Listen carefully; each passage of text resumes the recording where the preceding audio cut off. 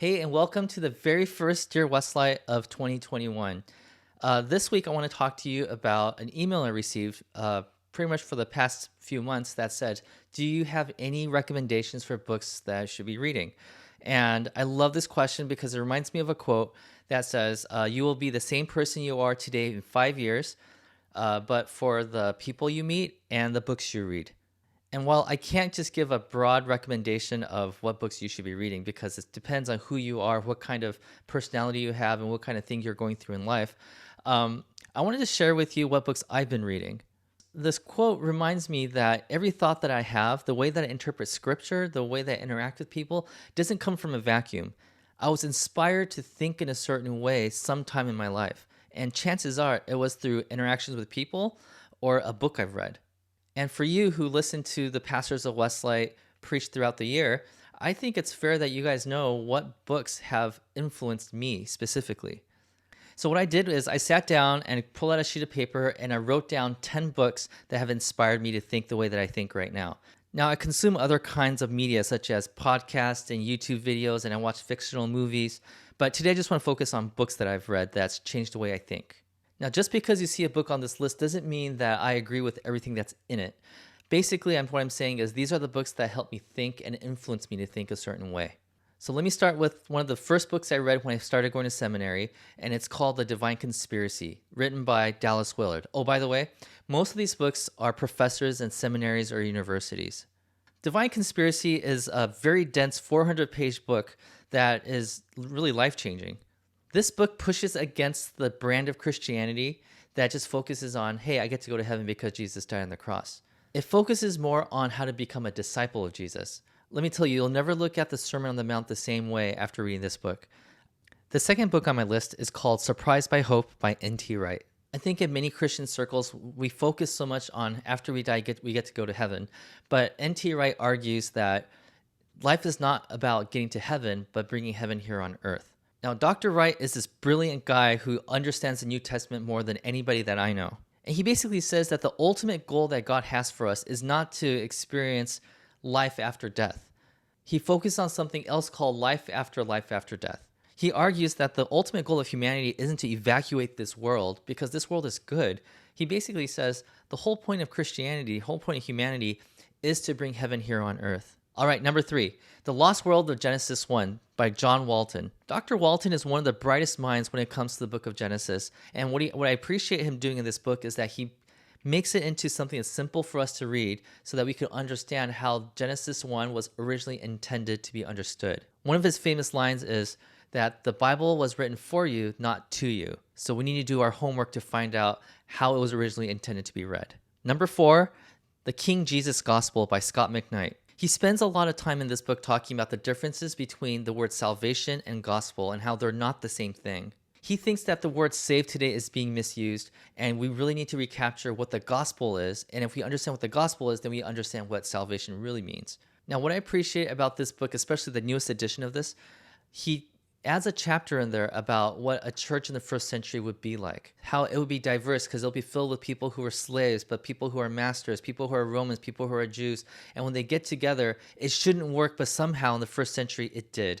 All right, number 5, The Unseen Realm by Michael Heiser. This book came recommended to me during a time when a lot of people that I know were really getting into the supernatural things of Christianity. They were praying to angels and making demands to God, and they were praying in ways that I'd never seen people pray before. Now, when it comes to the unseen realm, I think there's a lot of guesswork that happens. When I talk to one person about, how do angels work and who are the demons, they all give me different answers. What I appreciate about Dr. Heiser is that he doesn't claim to know the answer to those questions, but at least what he does is that he digs in and does the homework for us so that we understand what the people back then believed about demons and angels in the spiritual realm and how God worked. So if you want to know what people back then believed about these spiritual entities, then this is a book that I highly recommend. The next book on my list is called Romans Disarmed by Sylvia Kiersmat. I appreciate what Dr. Kiersmat did here because what she did was she created this fictional character and she's having conversation with this girl. And as they're talking about the book of Romans, it's like a Q&A going back and forth, back and forth. And so we get to listen in on somebody trying to explain to somebody else what the book of Romans is about. And I think it's very effective. I really enjoyed reading that book. Number 8 on my list is a book called Reading While Black by Dr. Esau McCauley.